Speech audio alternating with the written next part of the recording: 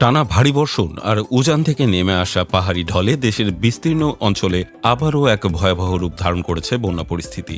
বিশেষ করে পার্বত্য চট্টগ্রাম, কক্সবাজার, সিলেট, হবিগঞ্জ সহ একাধিক জেলায় লাখ লাখ মানুষ এখন চরম মানবিক বিপর্যয়ের মুখে দিন কাটাচ্ছেন।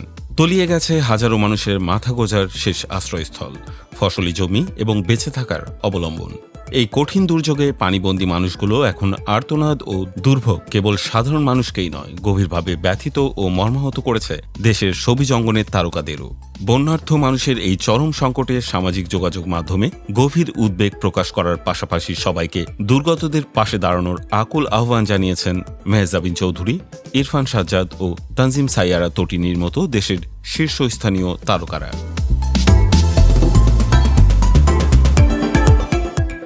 বন্যা কবলিত এই অসহায় ও বিপন্ন মানুষের জন্য মহান আল্লাহ তাআলার দরবারে বিশেষ দোয়া ও সর্বস্তরের মানুষের কাছে সহযোগিতা আহ্বান করেছেন চট্টগ্রামের সন্তান ও জনপ্রিয় অভিনেত্রী মেহজাবিন চৌধুরী।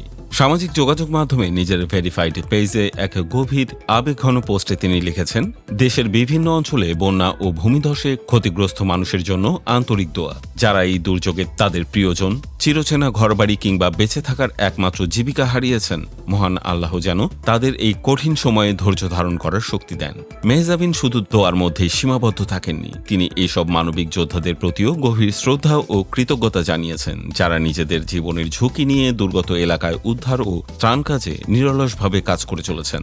একই সঙ্গে তিনি দেশের সর্বস্তরের মানুষকে নিজ নিজ সামর্থ্য অনুযায়ী এই দুর্গত ও নিঃস্ব মানুষগুলোর পাশে দাঁড়ানোর জন্য বিশেষভাবে অনুরোধ করেছেন। এদিকে নিজ জন্মভূমি চট্টগ্রামের এমন ভয়াবহ বিপর্যয় দেখে নিজের আবেগ ও ক্ষোভ ধরে রাখতে পারেননি অভিনেতা ইরফান সাজ্জাদ।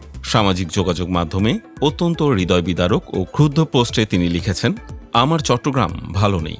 বাঁশখালী, সাতকানিয়া, চকরিয়া, লোহাগাড়া, কক্সবাজার, বান্দরবান ভালো নেই। অথচ দেশের মূলধারার গণমাধ্যমগুলোতে তেমন কোনো বড় নিউজ নাই, কোথাও কোনো আওয়াজ নাই। মানুষগুলো সেখানে নীরবে মরে যাচ্ছে, দিনের পর দিন তীব্র কষ্ট পাচ্ছে, এমনকি কবর থেকে লাশ পর্যন্ত ভেসে যাচ্ছে। অতীতে স্মৃতিচারণ করে এই অভিনেতা আরও মনে করিয়ে দেন যে এর আগে যখন কুমিল্লা, নোয়াখালী কিংবা ফেনীতে বন্যা হয়েছিল, তখন এই চট্টগ্রামের মানুষই সবার আগে যা কিছু ছিল তা নিয়ে ঝাঁপিয়ে পড়েছিল।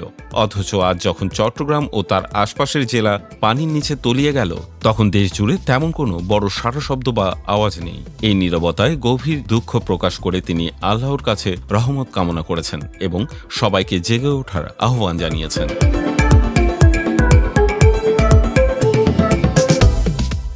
অন্যদিকে বর্তমান প্রজন্মের জনপ্রিয় অভিনেত্রী তটিনীও বন্যা কবলিত মানুষের এই চরম মানবেতর জীবনের চিত্র তুলে ধরে সবাইকে এগিয়ে আসার আহ্বান জানিয়েছেন।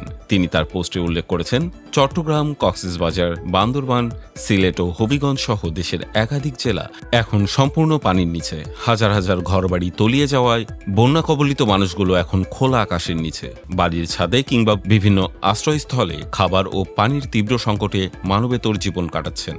তটিনী দৃঢ়ভাবে বলেন, এই মুহূর্তে যারা নিরাপদ ও ভালো আছেন তাদের নৈতিক দায়িত্ব হল এই দুর্গত মানুষদের পাশে দাঁড়ানো। সামর্থ্য অনুযায়ী মাত্র এক প্যাকেট শুকনো খাবার কিংবা এক বোতল বিশুদ্ধ পানীয় এই মুহূর্তে একজন বন্যার্থ মানুষের জীবন বাঁচানোর মতো বড় সহায়তা হতে পারে। এর পাশাপাশি তিনি সবাইকে নিরাপদ আশ্রয়ে চলে যাওয়ার এবং একে অপরকে সর্বোচ্চ সহযোগিতা করার আহ্বান জানান। তারকাদের এই আহ্বান যেন আজ প্রতিটি বিবেকবান মানুষের মনের কথা, যেখানে সবার একটাই সুর, মানুষ মানুষের জন্য। তাই এই মহাদুর্যোগে আসুন সবাই আমরা যার যার জায়গা থেকে বন্যার্থদের পাশে দাঁড়াই।